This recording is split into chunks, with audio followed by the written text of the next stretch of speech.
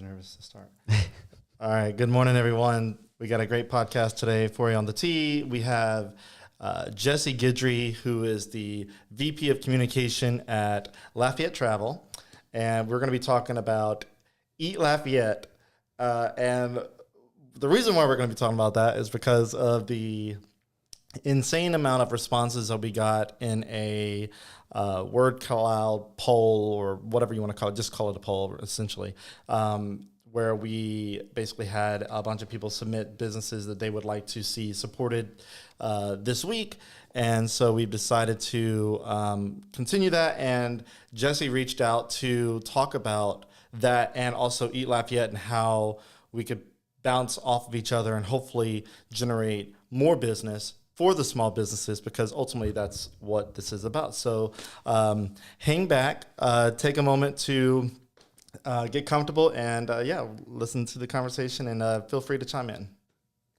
All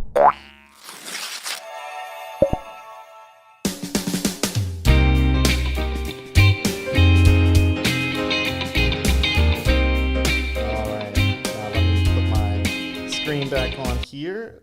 So this episode, all the episodes have a presenting sponsor. So that is Chase Group Construction. You can see their logo in the bottom left-hand corner there. So Chase Group Construction, basically they take the lead and become your one-stop destination for all things construction related. So basically they have an entire design build process. They have a diverse portfolio of projects that range from medical to popular restaurants and multi-unit shopping center developments. Check them out. Their website is chasegroupconstruction.com. All right, so Jesse, how is it going today? Going pretty good. A little warm out there, but not going to complain. Yeah, I know. So it would be nice if we had some milder temperatures, but this is not California. That's right. So it is what it is. So tell me a little bit. I don't know. I know we had you on for the Festival International podcast back in, what was it, in mid-April? Yeah, it's just before with Carly. Yeah. Yep. And I don't remember how far we got into you personally, and where you're from and all that. I know you might have mentioned a little bit, but are you originally from Lafayette area? I'm not. I'm from Brobridge, and I try not to talk about myself as part of my job. I'm here to promote other people, but just to give some guys some insight. So I'm from Brobridge, Louisiana, crawfish capital of the world. Love my parish. It's great. I moved to Lafayette to attend college, and after I graduated, got a job. Started primarily in nonprofit at the Outreach Center, Acadiana Center for the Arts, Vermilionville. Did some things in Abbeville, and then caught the eye of the LCVC here, and they reached out and brought me on board, and we've been rocking and rolling. I was like almost 11 years. So wow. Yeah, I don't think I've ever stayed anywhere that long, and I don't think I'm done. You've been with Lafayette Travels for over 11 years? Over a decade, yeah, for sure. Over 10 years, but we're probably knocking at 11 if I had to think. It's all a blur, really. Wow.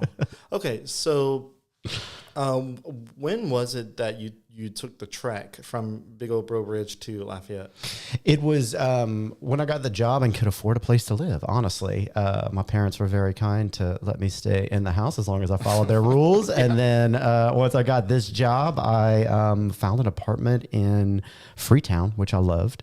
And then, worked that job for about 3-4 years, got a lot of experience doing fundraisers, working with the homeless, the addicted, starting a lot of social enterprise fund type things, Healers Garden, a lot of volunteer type stuff. And so that really, and now ironically, I live right across the street from where that place used to be, where now Schoolmint is. Yeah. So it's kind of come full circle for me back in the neighborhood. But yeah, my heart's always been in those kind of nonprofit mission-based things, which is why I think, the transition to tourism and Lafayette Travel really allowed me to do things on kind of a larger parish-wide scale as opposed to one entity, because I would tend to, not lose interest, but you can only do so much, but this allows me to do it for, hundreds of organizations, if not, for, just one. So, being with Lafayette Travel for over a decade, obviously you're still able to do a lot here. When did the Eat Lafayette whole thing start? Right. So Eat Lafayette, we're in our 19th year. So that would be like 2004-ish. Next year we'll be celebrating 20 years. Whenever I came on board, well, it initially started, I know now everybody does restaurant weeks, but at the time nobody was really doing them. And Gerald Burrow at the time, and then I think Charlie Goodson, also Julie Calzone, and possibly Jimmy Guidry too, kind of the old guard of the restaurants were just like, listen, people, it's like a mass exodus here during the summer months. Everybody was going on vacation. And this kind of started as a way to address, the trying to get people into the restaurants during the slower summer months. And I think it did not start as a 3-month campaign, which is now an annual membership. I think they probably started a little smaller and then it grew, but at its core, it's always been, people associated with deals because that's kind of how it was formed. A free bread pudding with this, a percentage off of this. And now we've tried to grow that into more of like a, like what Johnson's and Tsunami and a couple of the others are doing, where it's specialty items that you can't get, just kind of like those off menu things. Yeah. And then we still have those discounts, but basically that's what it started, was to really aid in those local restaurants. And it's kind of curious for people because we're a tourism bureau. So we're trying to get people to come in the city. So it's odd to kind of shift and explain to people, why are we spending money, locally? And, what I tell people with that is, Lafayette is known as a, food city. We don't have these like superstar chefs, but we have these generational restaurants that have like created these really amazing superstar dishes. chefs in their own right. Right. But I mean, like, they're not like, TV stars, they're not going on these shows. They're just fine. I don't want to say they're fine cooking in the kitchen, but they're creating dishes and they've just been doing this thing and they've always been there. And so it's like, how do you kind of turn the lens onto that kind of a food scene, and how do you, kind of, I guess what we're here to talk about today, like make sure that it's there. So when not only locals, but when these visitors do come and they want a taste of this area, that we can, secure and maintain that they're open. So I think earlier on they acknowledged that Lafayette being a food city, they needed to invest in the local food culture and economy. And so that was kind of the start of it. And then it kind of just, snowballed. Like Julie Calzone was the marketing agency in charge of it for a really long time. And they did a fantastic job of activating this, over the course of 12, 13, 14 years. Yeah. Until the staff got to a point where we felt like we could take it in-house and kind of do some things with it. And we really tried to, move this campaign into something. I mean, the deals are always going to be there, but we really wanted to, get with the restaurants and like, what does that need? And obviously in the past 6-7 years that we've been doing it with COVID, that need changed greatly. Whereas before, we had a lot of people sign up and it was this thing that we were doing and it was fun. We had the big kickoff event and then COVID happened and it was like, okay, like there's a need full time. It's not just during the summer months. So how do we pivot? How do we be of service knowing that these people are just trying to stay open? So like, they're not going to answer a phone call, they're not going to respond to an email. What can we do? And so we kind of got together and racked our brains and we very quickly created a list of over 250 locally owned restaurants that we put on our website. I don't think I've ever used Facebook as much as I did in those days, but we denoted every single delivery method, every special, everything for over 250 restaurants for the better part of 8 months. Yeah. I mean, I maintained that and we sent bi-weekly updates and then monthly updates that are now our monthly newsletter. But we really had to pivot during COVID to educate people about who was open, how you could get their food, what specials they were running. And then, that kind of transitioned into these later years where we now have a lot more people that are aware of Eat Lafayette, but they may still not be to a point where they, want to pay the membership to be an annual member of it and then be part of the summer campaign. So we're still doing a lot of rebuilding as part of COVID, but I think, we've done a lot and hopefully, keep trying to get people, educate them about the new restaurants that are in town, and then also how they can support locally owned restaurants, if by nothing else, providing, a comprehensive list or as comprehensive as we can make it on our website. Do you want? I got some water right here. Do you want some water? Do I sound parched? No, but hey, I know when you do a lot of talking, especially when you're like getting down into it, sometimes you can need it. Thank you. So So how does E Lafayette, as far as like you said, it's a membership, and like what's that look like? So if a restaurant wants to take part in E Lafayette, like what is the expectation for them?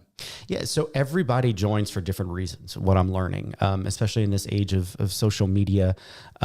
So at the heart of it, Eat Lafayette membership, it's $250 a year. The parameters are you have to be a locally owned restaurant. It's not open to franchises unless the original franchise was started here. Okay. Right. So that's the caveat that a lot of people are like, well, you know, how do I?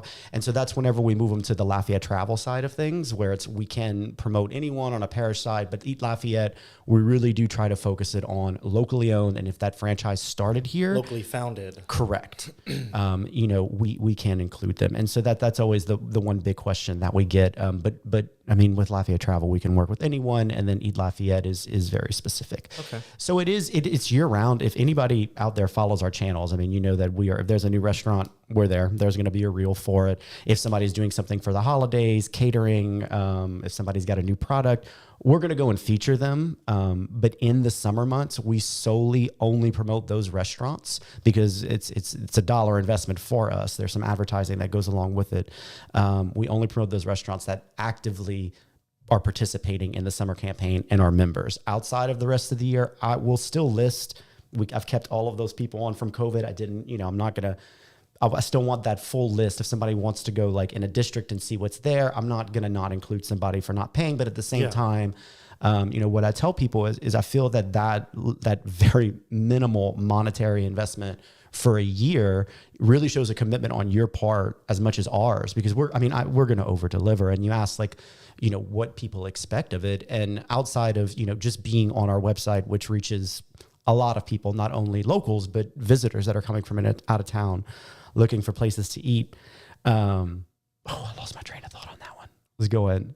So yeah. You were talking about being on the website, paying the social media aspect of it, which is kind of the big part for a lot of it, because we do have a lot of partners that you know, understand the value of being a member. So we stay in the loop of what they've got. But we have some that solely they told me straight up, it's like, I'm just paying this so that whenever we post something and ask you to be a partner on a post, you accept, because whenever we do that, we have like 12,000 views, you know, or 20,000 views, or if it was the Boudin one, like 250,000 views.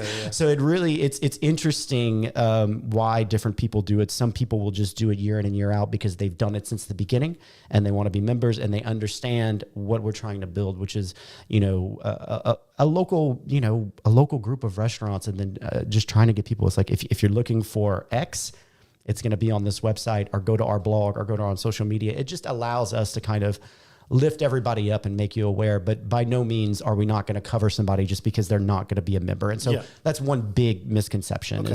So that was my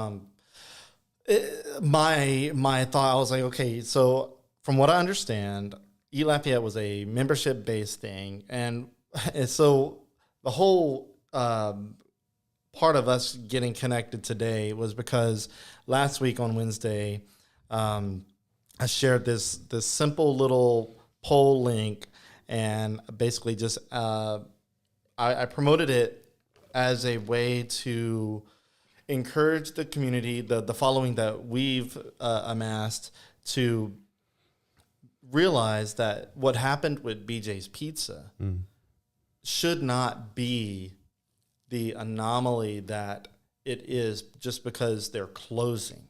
Because you gotta.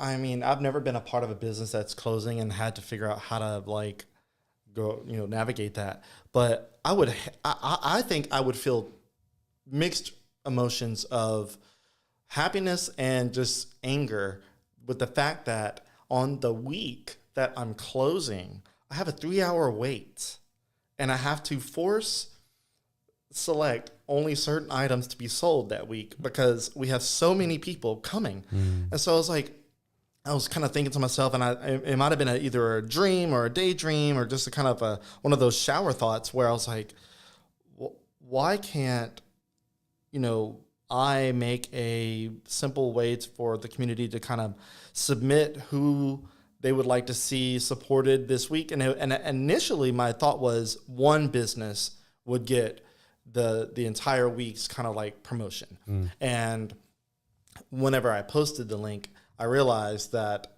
while it sounds great in theory, if let's just, because you can't guarantee engagement. You can't guarantee that people will go out there and actually, do what you are hoping that would be done.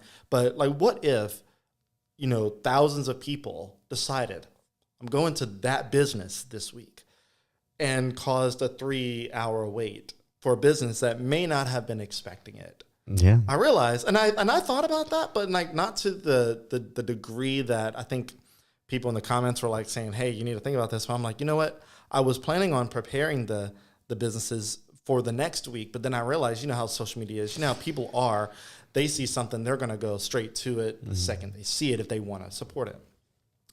And so with that, I decided that whoever was at the top of the list, whoever made like, I don't know, I think my rule of thumb at for the last link was the top people that had 100 submissions or more, because there were some that had 500 submissions, and however they got that was wild to me. They shared it on groups and got their friends and family and whoever else to submit.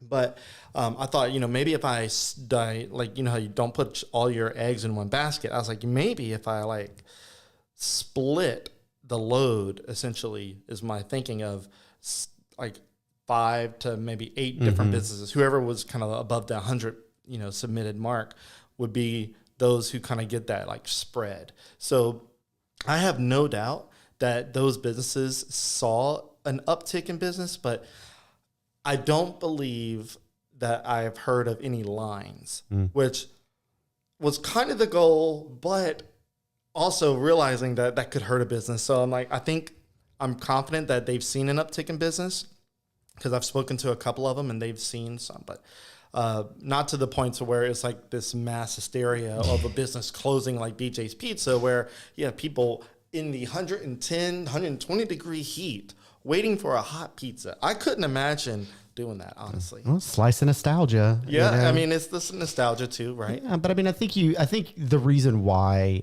people responded to that, and I mean, you obviously hit a nerve, and it kind of broke the internet locally for a minute. Like, people care, Yeah. but, and I don't think it's, I mean, we're looking at this as just like, oh, now we're going to go to BJ's and do this. I think people just get in their, eating ruts, and let's be honest, like, not everybody can afford to eat out all the time. So some people have to be very selective about when they're going and what they're doing. But at the heart of what I took from everything that happened is that this is a community that wants their own to succeed, right? We want to support them. We just don't always know how, or when we're ready to, we don't always have that resource, which is why I reached out, because a lot of people, I mean, we got inundated with messages on social. I got a couple of emails and text messages about it.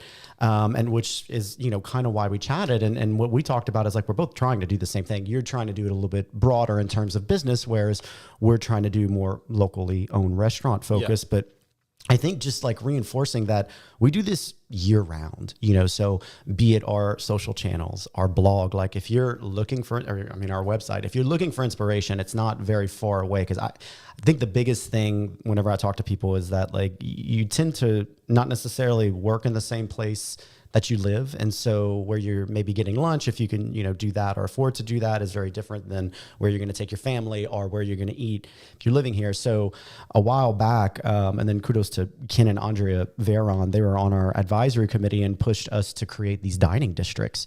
And so I did. It was a very weird thing. And I'm sure everybody that's listening, when you go on there and you're going to be like, what? But it was a very curious thing to take from a parish level, a map, and look at what was already existed, like your downtown, Youngsville, Broussard, etc. But then also try to find like Préjean's, for instance, like where would you put that? It's Lafayette address, but like Karen Crow exit. So like it gets a little dicey, but what we try to do, and at the heart of it, is create these things so where you can go on our website and be like, okay, I know I'm going to be in around like University or Kali Saloom or whatever, Southside, Mid-City.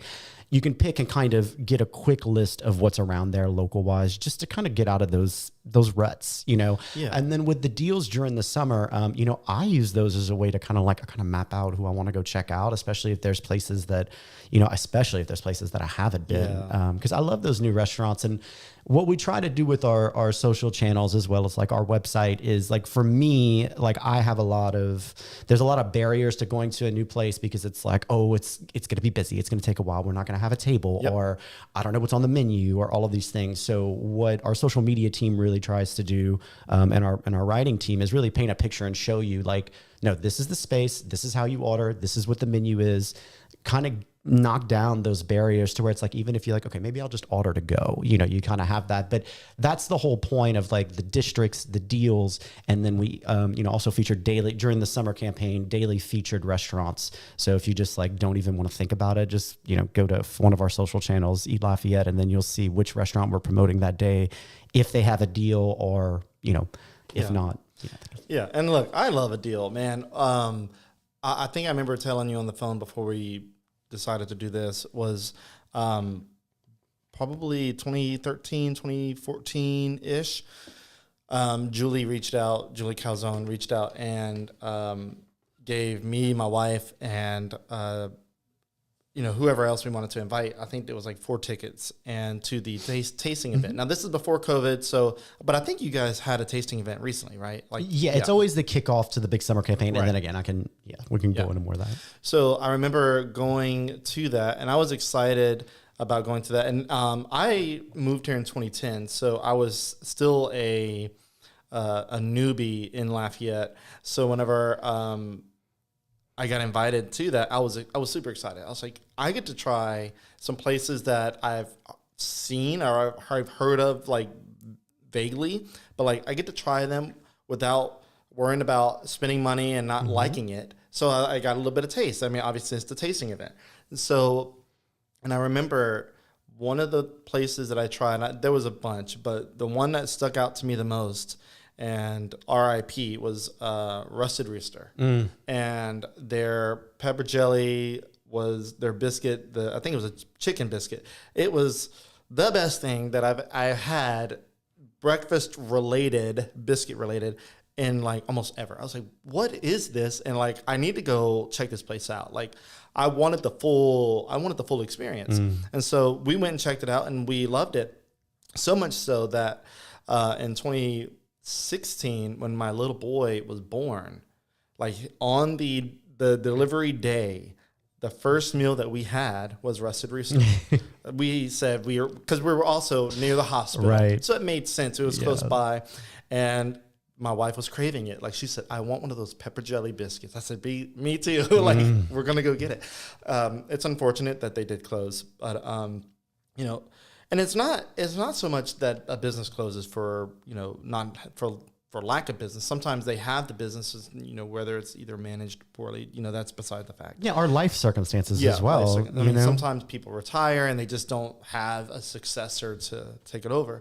But just going back to the tasting event, it was really nice to be a part of it, or for lack of better words, included in it. And that was the last time I was ever included in it. Like, I was never invited back. I was like, and I wrote about it. I posted a whole thing on our website about it. I'm like, okay. I thought it would be cool to kind of do that every year, like, and promote it. And I was like, I didn't try to like reach out. I didn't. I'm sure if you would have made it work. But like, I didn't feel like I wanted to do that, because it was like, I don't want to feel like I'm. Yeah, but expecting. And to clarify that, so like before, so that was probably one of the times that it was like at the Hyman, right? Yeah, it was at the Hyman, so before, and this is like a great, history thing, because you are right. I mean, the whole concept of this, and I mean, now you've got your various things that are very similar to this that people have like mirrored, but at the time this wasn't necessarily being done, I guess, at least here. Right. So it was a really good way to expose everybody, but we weren't not selling tickets. That was the interesting thing, is that it was free, but you had to listen to our radio and TV partners to be able to win the tickets. And so that's kind of the thing with the tickets. But now we've moved it to where, anybody can come and you can purchase tickets. And then, we have some other plans for next year as well. But yeah, the tasting event, it's always it's very confusing for people because they think that that's what Eat Lafayette is, because we do put a lot of time, energy into promoting it, because it is kind of the kickoff, right? But now what we're trying to educate people on is that Eat Lafayette it's all year. Right. And then for our restaurants, it's an annual membership that you pay. But we do have this summer campaign that lasts 3 months. And to kick off that summer campaign, we have this event. So those are kind of the three kind of aspects of Eat Lafayette. But it is year round. The tasting event is just a really great way. I think we had 32 restaurants serving samples this year. And 32? Then 32 restaurants. And then a record breaking, it was over 1,200 people that attended. Largest attendance ever. So this thing is free? No. So it was free in the past, which is why that's why I wanted to address why the ticket issue for you. But it was, you could only win tickets in the past. Whenever we had the Lieutenant Governor's seafood cook-off, whenever it moved from New Orleans, we had it here for a good while. That's whenever we started charging for tickets, just because there was increased cost with it, obviously. And then whenever we saw that worked well and people loved having that access, we did a kind of a compliment. We did less giveaway tickets, but still for that promotion. But then, the Cajun Dome can hold a lot of people. So it's kind of opening up those ticket sales. And then the seafood cook-off moved to Lake Charles this year. So kind of looking, this year, we're well, what are we going to do? We've got we're about to turn 20 next year. What are we going to do this year? How can we do these things? And it was the Lafayette Parish Bicentennial. So it just made sense to partner with them to kind of honor Lafayette's historic, iconic generational restaurants. And so we did these really great, beautiful videos of 9 of the older restaurants here in Lafayette that we're going to be sharing on our social channels that you can follow along. But it was really special. If you were at that event and watched those videos, or if you were one of the families that were being honored, it was, a really special evening. And we got messages not only from the families, but a lot of people that attended that stayed. I was surprised at how many people stayed just to watch these videos, because it was 9 of them and they're 7 minutes long.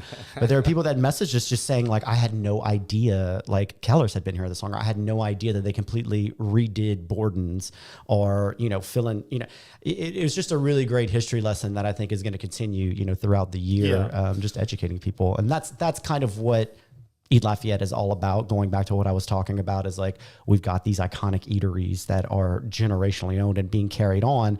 And to your point with your post, it's they're always here. We can support them year round. I think people just need a refresher. And that's what we try to do on our social channels. You know what? And I know you promote it on your social channels, and I push a lot of stuff on our social channels too. You know what?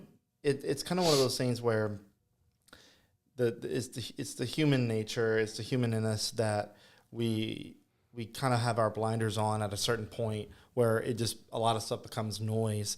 And I don't know the exact reason why last week that post blew up. It went pretty wild, to the point where I was scratching my head on how fast submissions were coming in. Within less than 30 minutes, we had over 100 submissions. And looking at the one for this week, we have just about 60. And so we're at about 30 minutes. So it's a little slower, but also last week I did a whole live video of looking at the results as they were coming in. And even though I have the results showing up here, it's social media. So I feel like once you see something, and then next week, if you see something that looks similar, you're almost in that mode of just swiping. Oh, you thought you saw that already. And so there's times where I know I saw glimpses of a post, but somebody will talk about that post because that's the first time they've ever seen something like that. And I'm like, I think I saw that. Let me go back and where did I see that?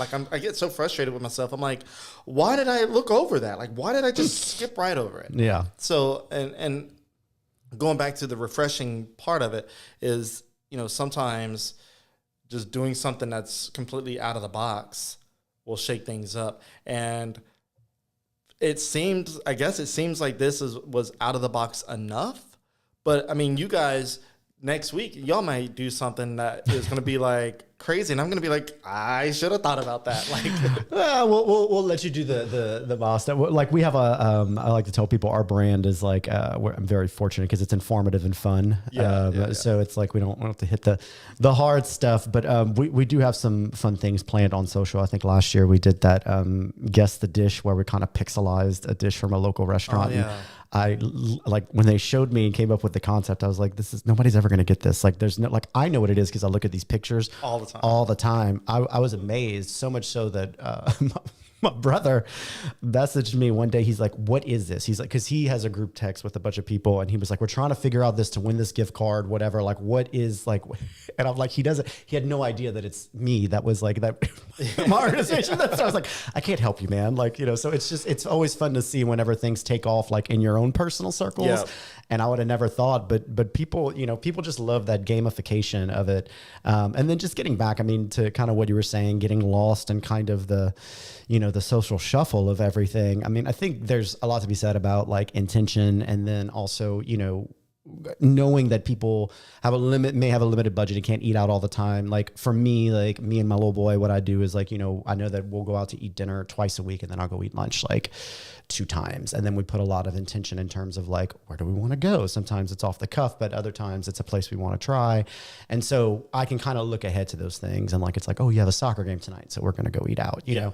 And that's kind of how I do it. But it is very difficult because it's like I said, half the time it's like, oh, we're on the way back from the soccer game. Let's just pop into, the original patio or one of those places that are on the way home. That's easy that we can grab something, instead of like maybe venturing out to that new food truck or, insert whatever here. So yeah, there's a lot of intention behind it, but I think at the heart of it, like this community likes to eat. so you are so right on that.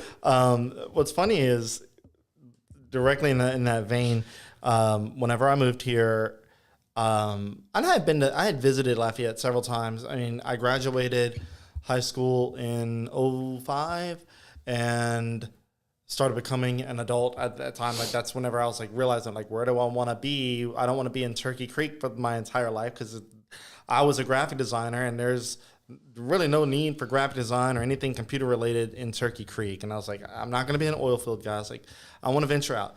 So we would go to Alexandria, as a family, and our big days out were Lafayette. Like we would go big city. I'm telling you, we would drive the hour to come to Lafayette.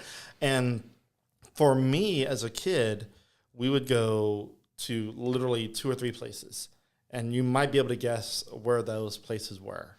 Like if you had to guess a country boy in Turkey Creek between Alexandria and Lafayette with very limited restaurants in that area, why would we come to Lafayette? I'm sure for one of the big chains. Like, yeah. But can you guess probably Piccadilly? No, God, no. Piccadilly. God, no. Okay. We can save that for another time.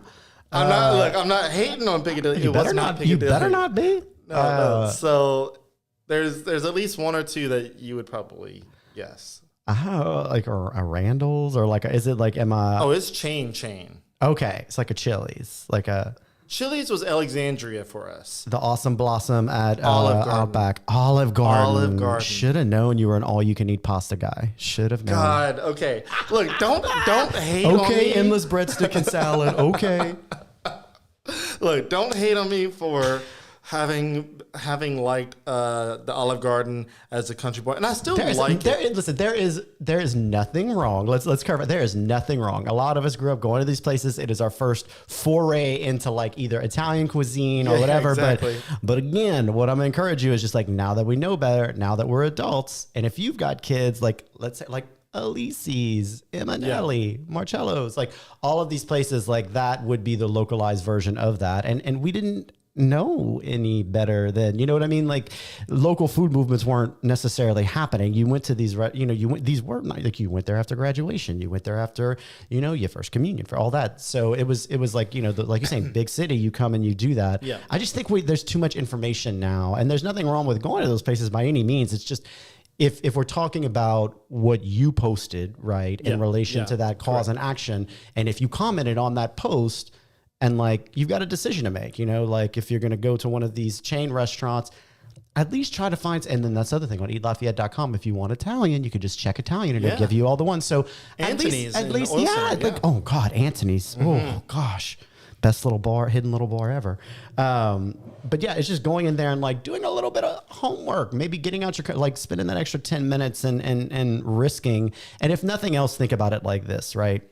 Like I know these servers at most of these places, they live here, right? But a locally owned restaurant, your dollar is going to go way further. Exactly. Right. Because I mean, it's just, it's not going to some corporation. I mean, at the end of the day, you're helping somebody's business, thrive. If one of those chains has to close, it's fine. Those people they've got to go find other jobs, obviously, but like they're gonna, move on to where the money is. They're not worried about this community. So it's those things that I kind of think about. And it's not like an either or, it's just like maybe just put a little bit more intention and thought behind it in terms of when you're doing that, especially if you interacted with this post on here. Cause that's one of the things is like, I'll start chatting with people and they're like, well, we just went eat here. Cause it's like, well, no, you've got to get uncomfortable and, take a risk, cause that's what it is.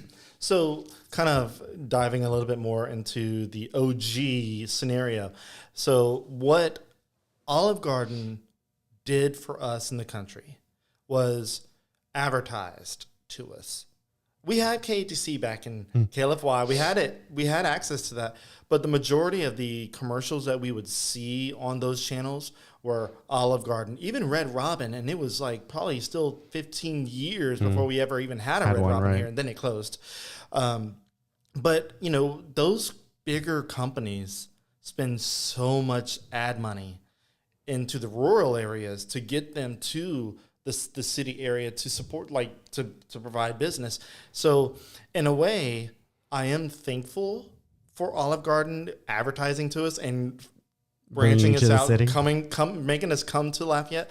And then, I think most people that are in the country area that come to Lafayette, they're not familiar with the smaller local businesses. And so unless you're told about that business from a local that says, hey, this place is good, your money is going to be well spent, you're scared. Yeah.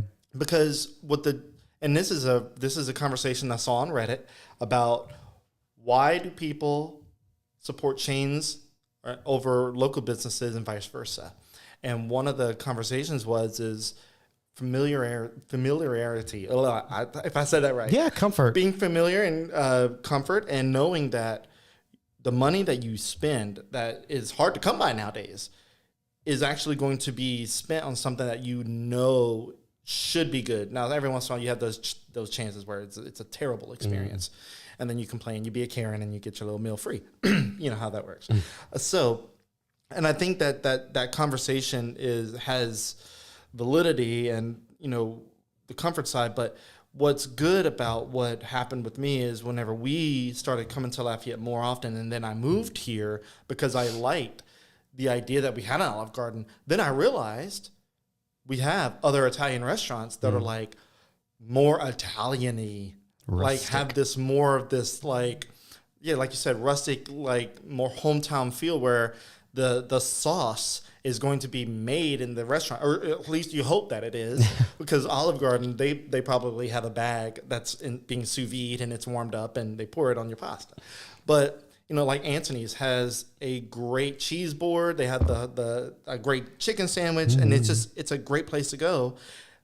But it's in a nook, and people out of town don't know about it. So it's good that UL Lafayette does that, advertising to the out of town area and out of state. It's just, it's one of those things where it's like people have, I don't want to say given me flack, but kind of me talking about chains. Like Developing Lafayette was pretty much founded in an Olive Garden. So it holds some importance there for me. But other than that, that's it. I mean, you're reporting on what's being developed. Yeah. But, and I mean, that's it. It's not like you're, yeah. doing all that. But, so I've been asked, why do I like chains so much? And I was like, it's not that I like chains so much. I don't know what you're talking about. We just keep building them here. They keep so building you have them to here. Report on them. And I've had people in the comments section really lay into me saying, all Developing Lafayette does is post chains and these big corporations. I'm like, I post about other stuff too, but you guys don't respond to it. What you tune into, it's yeah. shared less. You are. I mean, we do. I mean, obviously, I hope we're a very large referrer for web traffic for you, but you are, anytime that's, I mean, your beat is like the new restaurant beat whenever there's a locally owned restaurant. I mean, if they don't message us directly, I mean, we're normally linking out to your stuff. But I mean, again, you can't help what's being built and what's being developed in the city. I mean, in the Costco area, that is chain city. It's Little Texas, Little Houston, everybody calls it. And it might be what they want, and it's good. I mean, I think all development is good. It's just I think there certainly needs to be a balance. But getting back to what you were saying in terms of, the advertising and what the chain restaurants were doing to get you to come to the city. I mean, I think, at least in the summer months, that's kind of how I explain it to people. That's what we're trying to do. Like as a restaurant, maybe they can afford to do some social advertising, some radio advertising, but like TV advertising, producing a spot. I mean, that's really, restaurants don't have a big budget. No, or the time, and then if it's locally owned, the person's probably doing the hiring, and then they're doing the cooking, and then all of the stuff. So it's like they don't have time for that. So that's we infuse a good bit of money during these 3 months into not only the Lafayette area, but it's like the Lafayette DMA market. So essentially, Baton Rouge, some of New Orleans, but especially in those rural areas. And we do have a lot of people that will come in from out of town.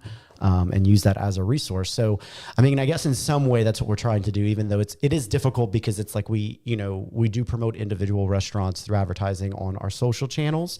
Individually, we do have to kind of blanket say locally owned restaurants in Lafayette Parish and then get them there. And then based on what their interest is, make it easier for them to find whichever restaurant they want to go to. Yeah. So, we do spend a good bit of money in this market trying to get people there. And so that, I will say that I feel like that is extremely effective. And it also strengthens our relationship with all of our local media partners here, just because they're great for us from both a local and a tourism level, just outside of Eat Lafayette. Yeah. But when we all know what each other's doing, can spread that message. So speaking of advertising and all that good stuff, I know, so I'm a part of Leadership Lafayette, and you came and spoke last month about, quality of life and all that good stuff. And Ben Berthelot was there as well. And you guys spit out a bunch of numbers, And there was so much information flowing. I was trying to write it down. I had my laptop up and I was like trying to write it down. I even had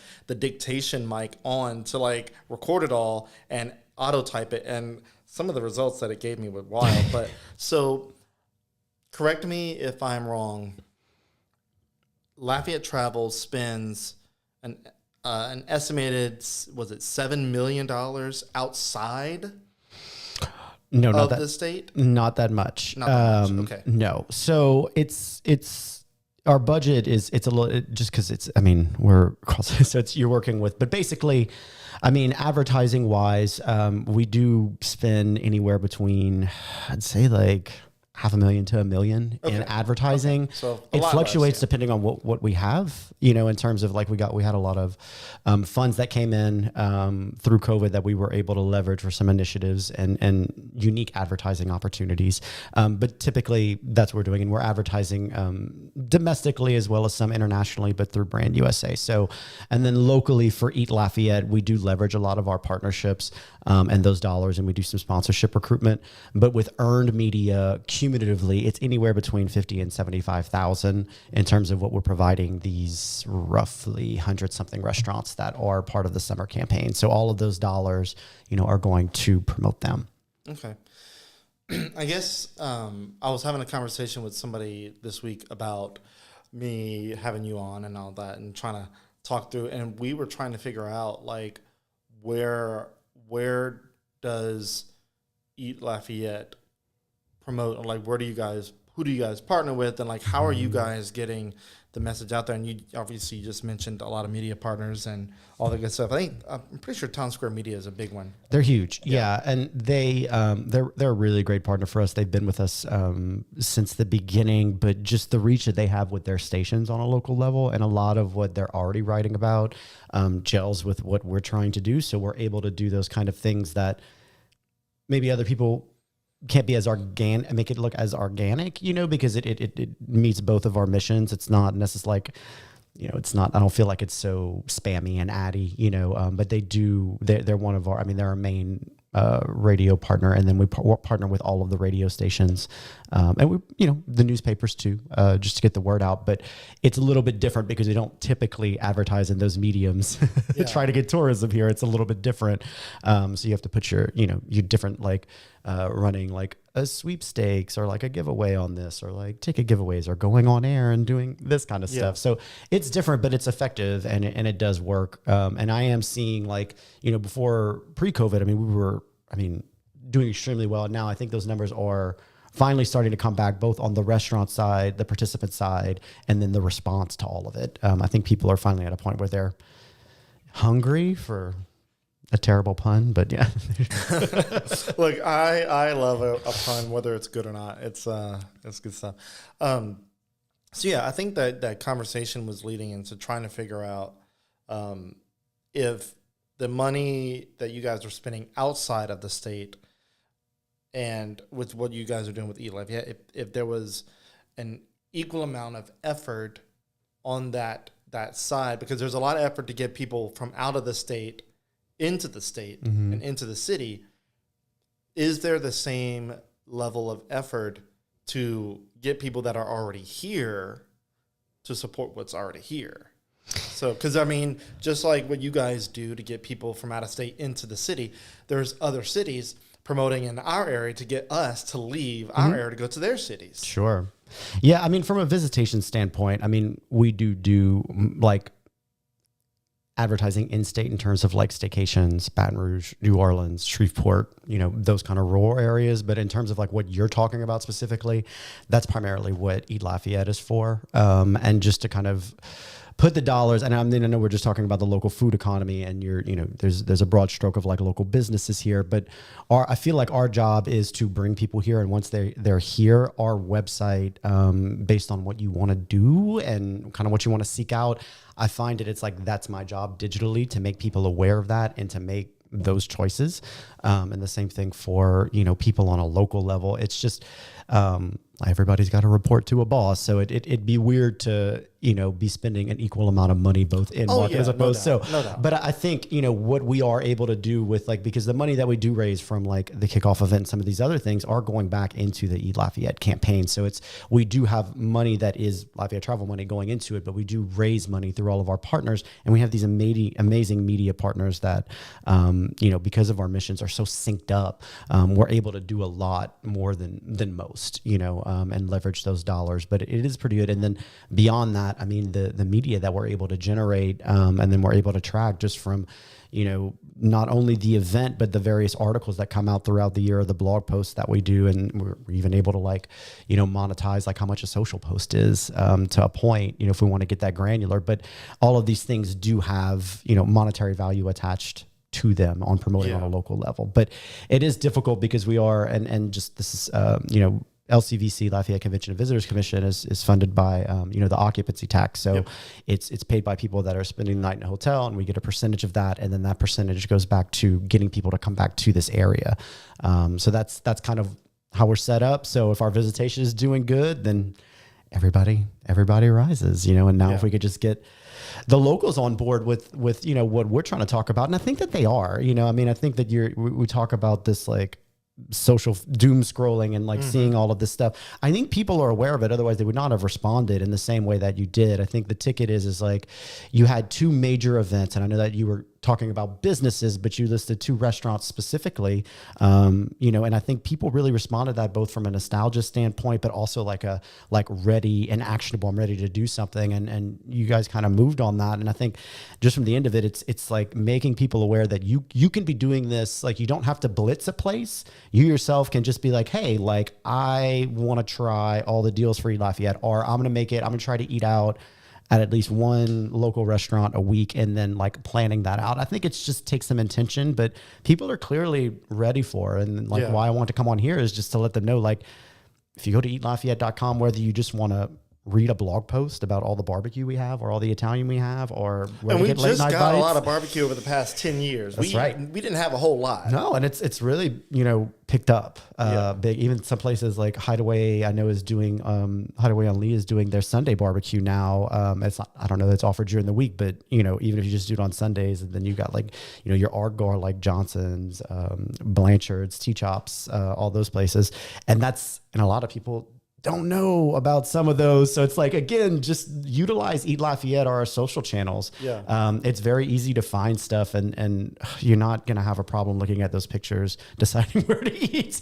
Let me tell you, those pictures, just any kind of pictures of food, especially if you're hungry, like right before lunch, it's like, it's hard to stop looking and you just want to drool. But, so you in the beginning we were talking about and this has been something that's been brewing over the conversation, and I'm curious to get your take on it, is the fact that Lafayette, and you mentioned star chefs.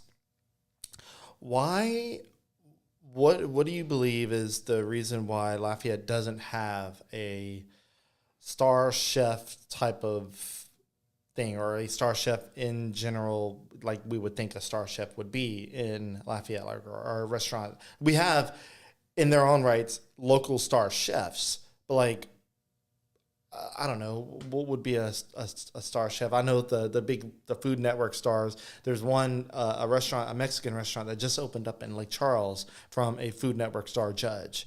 Like, and I'm like, interesting. And I think it's probably in result of the casinos, but like, what's your take on why Lafayette is kind of in that middle ground of like, we have New Orleans, we have Lake Charles, and then Lafayette, which is a food hub, as you had rightfully mentioned. Why do we not have a star chef here?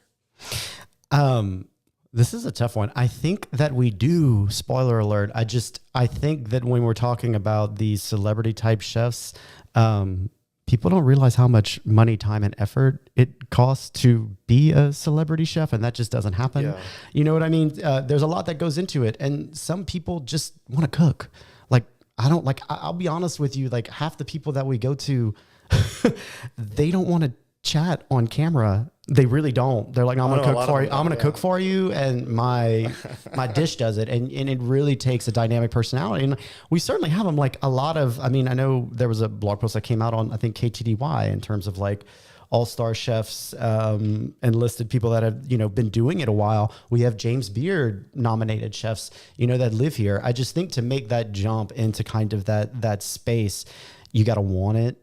First of all, not everybody, I don't want to say we're like a humble people, but it's like we kind of let our thing speak for itself, right? Yeah. Like we're not going to toot our own horn, or we have to have somebody like make us toot our own horn. Like all of these interviews we did with all of these honorees of these restaurants for the bicentennial, it's like pulling teeth to get them to sit down to talk. I'm not joking. Like some of them did it very well, but like it was like, you really want to put me, like, can we just do this? Like, no, like I want you to tell your story. And once they saw it, it was so impactful. But I think that's the big gap, is like they're too busy doing the thing. Like Riverside, you're here for 90 years. You don't have time to stop and be like, how can I, and to listen to their stories. This guy taught Paul Prudhomme how to cook a redfish, and then all of a sudden that's the dish, and all of these stories. And it's like, you could trace it. It's just really interesting. And when you start paying attention, and for us, like telling those stories and putting them out in a real way, you realize like it's like, wow, yeah, would I love to have like 2 or 3 celebrity chefs that I can send?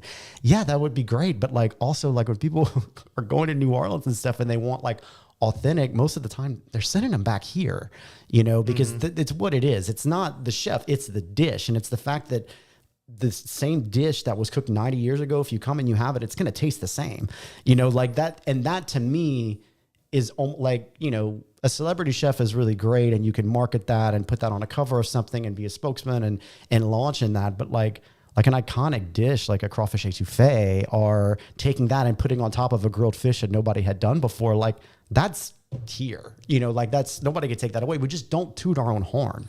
That's what it is. It's like nobody's saying like we're doing all of these things, or like we have this, and there's a humbleness to it, but it's also just kind of like, I'm gonna let my work speak for itself. But I think we're kind of getting to a point now in this age of social media where we do have these chefs that are coming on that can do all of this and have that want, and want to put themselves out there in that way. But I mean, let's face it, like, by all means, I mean, my job is fairly secure. You have to to be in that industry. It's a choice. There's a lot that goes with it. I'm sure it could be extremely rewarding, and like part of me would love to dive into that.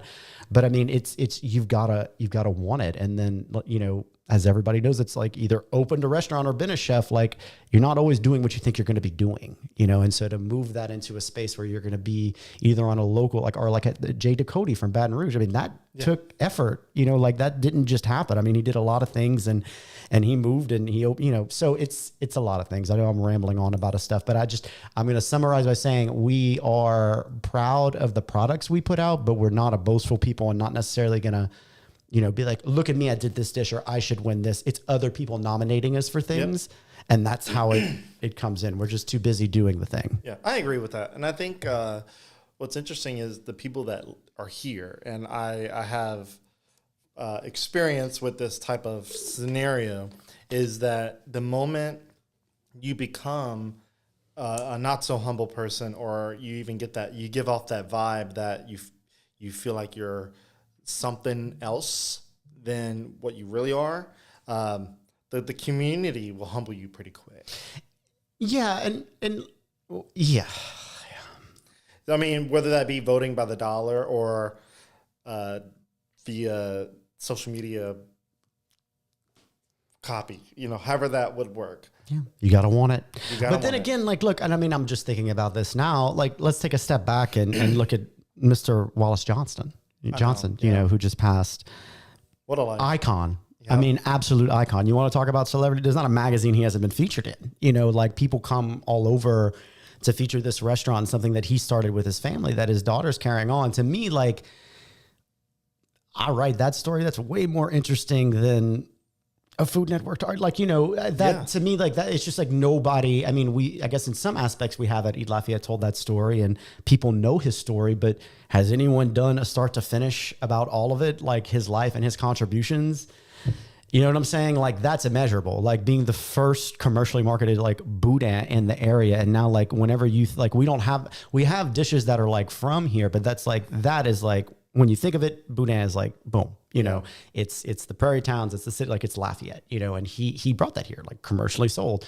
That's huge. That's an icon. That's like, I don't need a celebrity chef. I have someone who is iconic, and I think that's the difference between it is that, stars, I guess, come and go. I mean, this is more legacy built, and these are things, it's timeless.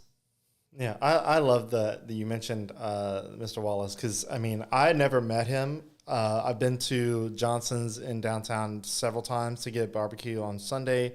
And it was one of those things where if he was there, he was working, and he was not trying to, be a social butterfly or anything like that. And the product, like you said, the dish spoke for itself. Like I probably have not had a better pork steak than I have at Johnson's. Like that right there was, it was so tender. And I'm used to like burnt pork steaks, people thinking that that's how it's supposed to be. And like this thing, you can cut it with a plastic fork. I was like, God, this right here is great. But I knew of the man, and I know of some of his story. I think he's like got to start from like the Eunice area, if I'm correct, right? So it's just, I think you're right. We have our iconic people, the people that are building the legacies, and they are stars in their own right in the community. And I think that's better than any Food Network star that will come and go and build a restaurant and then close it 6 months to a year later because it's not what the community really wants. Yeah. Not so much enamored with the glitter and gold, too busy doing the thing. I'll just keep saying that because we're hard workers here. I mean, we are. I mean, we don't, I mean, the people here, if you talk to anybody, they don't, I mean, I don't know, some may do it for the money, but you'd be hard to press find somebody that's in that industry that doesn't love it, and get satisfaction from seeing somebody's plate empty or, a family walking out, that comes in every Sunday. Like that's why we do it, Yeah. Yeah. Well, So we are at about an hour, and I want to. Cool, already? Yeah, yeah, we're at 58 minutes, and I want to respect your time. So I'm going to kind of mention some of the names of businesses that we have. We have 104 submissions now, which is pretty good. I would consider that successful. And right now we have. Let me go ahead and make this full screen so that people that are watching can see. So we have a few, it looks like top runners at the moment. One is Jillian's Po' Boys. Okay. I haven't been there.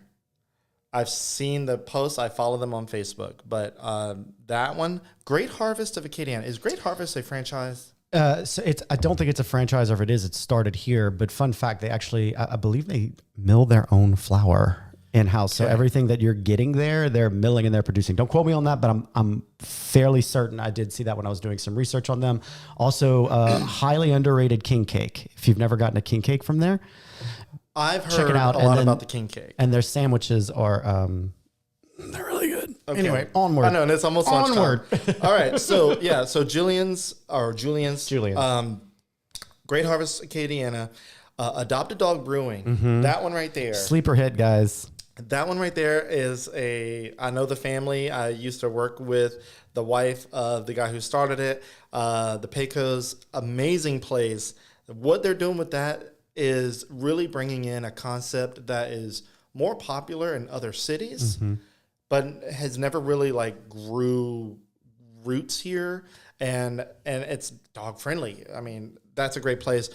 We have an inflatable business. See, this is one thing that UL Lafayette wouldn't be able to do. It's a slides and inflatables business that's near the top. We have dog talk training. So we have a variety. So that's business. Yeah. And I think this is one of those things where I think UL Lafayette is great. I love the whole campaign of UL Lafayette. I follow the UL Lafayette page. So, and if I see a deal that I like, I want to take advantage of, I'm going to do it because I like a good deal. Especially when you spend money on lunch almost every day. Yep. Getting a little deal, it's nice. And Adopted Dog does have a deal as part of UL Lafayette. Okay, what is it? I think it's like the pretzels with the mustard that you get. And I did want to mention this as well. Like if you want this on your phone, that's very easy to access. We have the UL Lafayette Passport. Basically what this is it's going to list all the participating restaurants, all the deals in one place. But every time you check in at a restaurant or claim a deal, you're registered for a chance to win a trip to Savannah, Georgia, airfare included for 2 people, 3 nights.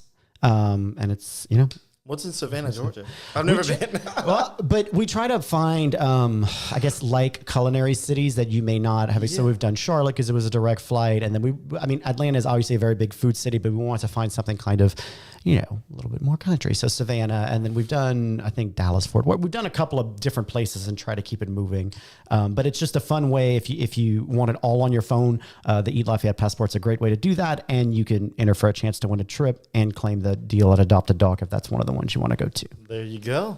Well, look, Jesse, I appreciate you coming on. I know it was an interesting way this came about, but what I'm hoping from this is that the community is supported regardless, right?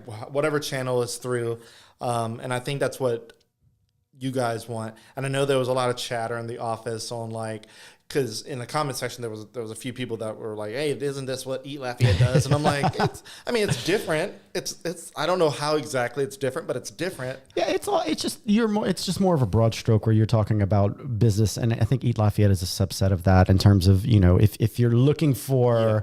Locally, if you're looking for locally owned food and you want to support locally owned, it's if you go to UL Lafayette, we'd certainly have the most comprehensive list. And let's just be honest. I think this is where I was going with mentioning that I was a country boy coming in town. Lafayette people like to eat, like you mentioned. And I think what I was going to say about referencing coming out from a country boy, coming to town kind of thing, finding Olive Garden, is whenever my mom and dad came to visit me once I moved here, just driving around, going to actual local restaurants that I wanted them to try. So like Burger Smith, I think was founded here. Broda's Burger. I brought my dad to all these different local places that are not advertised on TV. And the one thing that I remember him saying, and he still says this today because they live in Alexandria, near Alexandria, is that Lafayette's restaurants are all packed on the weekends. For the most part, like unless you're a struggling one, which is unfortunate. But for the most part, if you're a restaurant that has a good quality product and your service is good, you're packed. There's a wait, whether it's a chain or it's a local place. Usually there's a wait, and that was something that he noticed right away, because like in Alexandria, I mean, there's not a wait. Yeah. You can just walk into a restaurant and it's like not that busy. But in Lafayette, the people here are spending the money. The money that they have to spend, they're eating. And it's true. We will go broke eating, and we're happy about it. It's really insane. Full and satisfied. Yes. And then, we'll figure out how to make it the end meet after that. But as long as we got to eat, we're good. Anyway, that was the thing I wanted to mention about mentioning Olive Garden, getting here, and then obviously my dad and my family coming and see how Lafayette's food economy is just so different than other cities that have restaurants, but we're flocking to restaurants at a number. And I think it's good that Eat Lafayette exists. And then, of course, now that I'm trying to encourage people with the following that I have to support more local businesses more often, because there are so many out of state, out of city businesses opening, that it's more important now than it ever was to really make sure that we don't forget about the local businesses that we have here.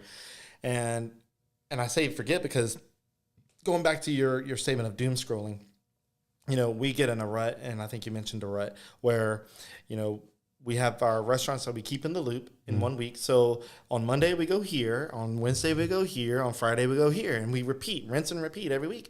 And then we get into because we're creatures of habit, we get into that same repetition, and to the point where we have to be kind of shaken and shown like, hey, there's some places you have never heard of that have been here for years.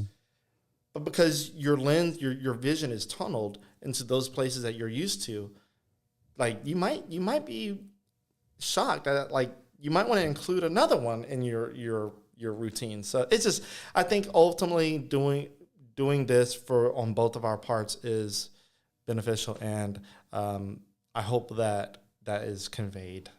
Yeah, I think they get it. I mean, y'all get it, right? Yeah. I mean, yeah, it's why y'all responded to this post. It's why we're talking here. Yeah. Just be intentional about it. Whether you're following this Facebook post or if you just want to one-off, go to Eat Lafayette and eat local. But I mean, supporting local on any, whether it's shopping local or eating local is incredibly important. I mean, we do not have the culture and the things that we have because other people are lifting us up. It's us that are building it up. We know what works and we support our own. So just continue doing what y'all are doing. Yep. All right. Well, that is that for this episode. Jesse, I really appreciate you coming in and like airing out whatever you can about Eat Lafayette and talking about it, and being willing to, I don't know if I tried to push you a little bit out of the box because I know I was asking about numbers and stuff, but I will leave you with a number because I figured you were going to like pinpoint me. So I came with one because I'm terrible at numbers. Ben handles all the numbers. Okay. So everybody always asks this, and it's something that, shout out to Lita for helping me with this. It was for another assignment, but according to Reference USA, there's an estimated 900 restaurants in Lafayette Parish, which includes fast food and specialty vendors. The parish population is roughly about 246,890, which roughly equates to 3.6 restaurants per 1,000 people. It always comes up like, most restaurants per capita. I can't say that with any authority. I know we got a lot of restaurants, but that is the metric that I always like to throw out because inevitably everybody always asks that. So 3 restaurants, a little over 3 restaurants, 3.6 restaurants per 1,000 people, and that's for the parish. Wow. That's insane. So that just goes to show you that even though we have all these restaurants and we have a decent amount of people, there's really no way for a small group of people to support every single restaurant. Like you really have to have the entire community going out there and really diversifying where they eat. And, kind of the root of this is like getting out of your bubble. That's it. Yeah. That's it. Let's get uncomfortable. All right, Jesse. Well, Thanks for having me. Yeah, glad to have you on, and I look forward to seeing what UL Lafayette does in the future and continues, and hopefully you said you're there for over a decade. Hopefully you see another decade or two and see what that looks like. I don't know, but hey, with that, man, have a great rest of your week and a great weekend. And if Thanks. you need anything, just stay in touch. Yeah, thanks for having me. Thanks for tuning in. All right, guys, and that is it. And so you know where to go to listen to the audio version of this podcast. We are on Apple Podcasts, Google, Spotify, YouTube Podcasts now. So y'all go check it out. And with that, we'll see you all.